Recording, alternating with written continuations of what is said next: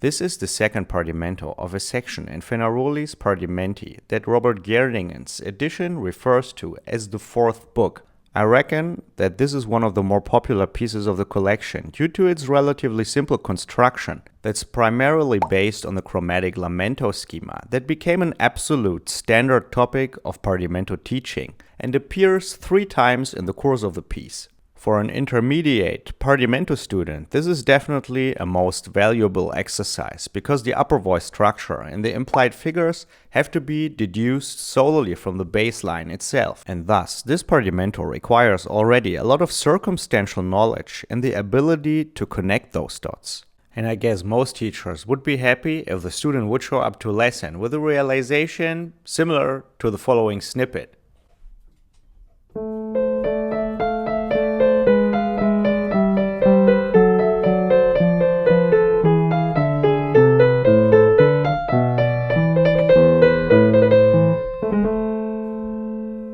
I think everybody who is into Partimento is constantly asking themselves, what's the ideal realization? What was the maestro's actual intent? What kind of texture was he on about? And I guess these questions automatically imply that an authentic realization is always about creating a keyboard piece. Actually, I was never really convinced by that concept at all, simply due to the undeniable fact that a good deal of the bass lines you find in those collections don't really resemble the textures you can find in actual keyboard repertoire, but look a lot like what you can find in Baroque instrumental music, especially the trio sonata. So maybe those pieces have as well been used as exercises in written composition. So let me give you an impression of how an alternative approach towards an idiomatic realization may look like. Just recently I was browsing through Corelli's trio sonatas, searching for suitable pieces for students to emulate, and suddenly stumbled upon this little movement and I directly had an idea. Let's just listen in for a bit.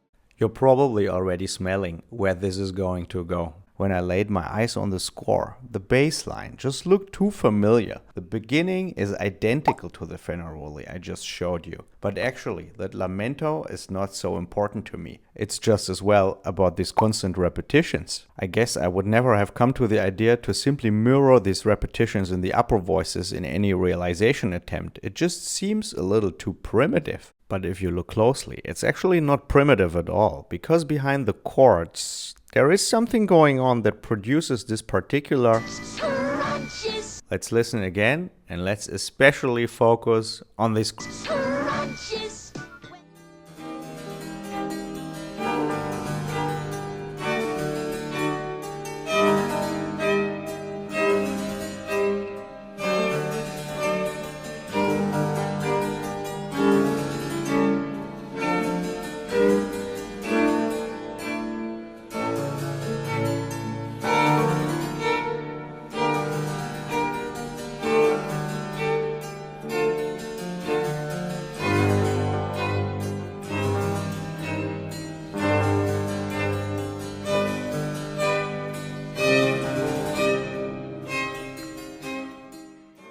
If you're now asking yourself, what the heck is a leapfrog, man? Well, I guess you definitely noticed the crunches. Generally, the term leapfrogging encompasses a number of specific voice-crossing operations that regularly take place in Baroque instrumental or vocal music. To be more precise, this phenomenon usually happens between the two upper voices in a trio setting, in which the lower of those two leaps above a sustained note and thus produces the dissonance of a second, in other words, a 2-3 suspension. And back to the Corelli. Within each of these boxes, he suggests a cadence. However, these cadences are manipulated in a way that allows us to describe them as evaded. In every case, the local leading note resists its expected resolution to the tonic. Instead, it leaps away, surpassing the other violin, and 3 times in a row produces the sharp sound of a minor second, which leads to these rather exotic 6/5 chords, and a 9th on the 3rd cadence.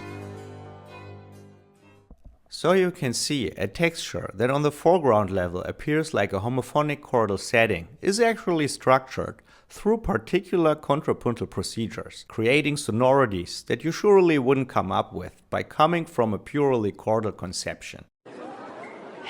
Just in case you're not fully grasping what's going on here. That's no problem at all, because I published a post on my Patreon page that, among other materials, contains a definition paper of the leapfrog phenomenon, summarizing all situations that I found in original Baroque repertoire. And now, I guess it's time to productively apply this kind of analytical knowledge onto my Fenaroli realization and turn this Partimento into an actual piece that emulates Corelli's texture and concept. And for that purpose, I add figures, and where it's possible, I add suspensions, because as you may have noticed, Corelli's music is saturated with dissonances. To be able to maintain an ongoing 8th note pulse that was present in the Corelli original, I simply take Fenaroli's quarter notes and divide them into pairs of 8th notes. Thanks, I know this is incredibly smart. Little disclaimer for the upcoming rendition. I guess you gotta imagine the sound of a jam band like this one. Let's call the piece Grave.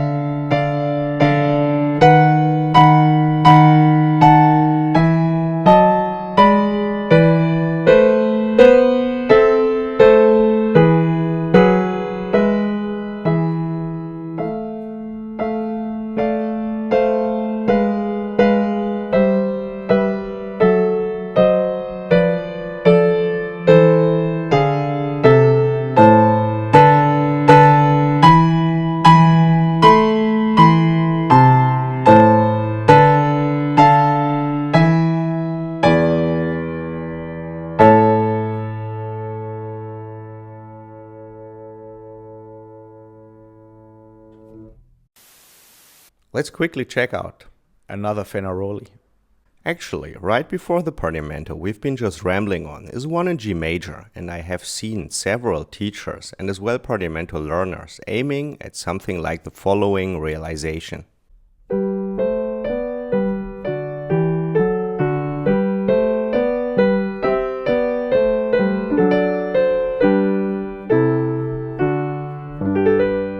This is most likely what my very first basso continuo teacher would have suggested, because he was drawing exercises and homework assignments from a very popular German figured bass manual by Erich Wolf. You can see I'm still having my copy. And inside of this damn book there is a particular exercise that generalizes the very concept I just applied to the Fenaroli, and that apparently a lot of other people are aware of. So for this kind of a very common Baroque walking bass, he proposes a texture in which one voice is always resting, whilst the other one accompanies the bass line in parallel motion. To be honest, when I look at this now, I'm not really convinced anymore if this even works as elegant accompaniment, let alone as standalone keyboard piece. Or have you seen a texture like this in an actual keyboard composition? I'm rather convinced that this kind of bass line most likely refers to a texture model like this one, a Corelli slow movement with huge portions designed as walking bass, meandering below a highly dissonant upper voice setting that's packed with suspensions and of course regular leapfrogging.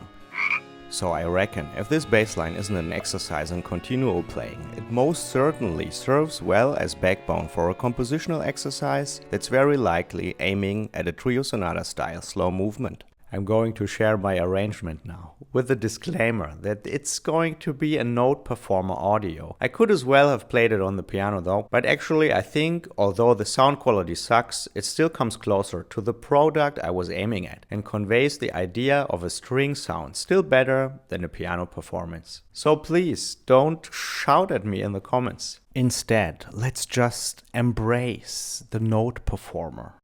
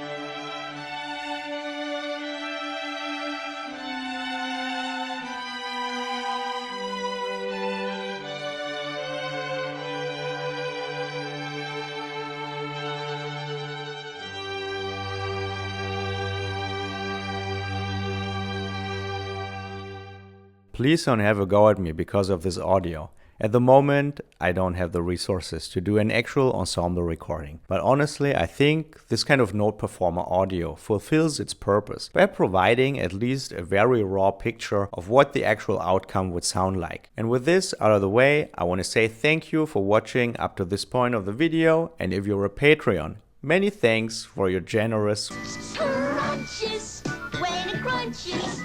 That's why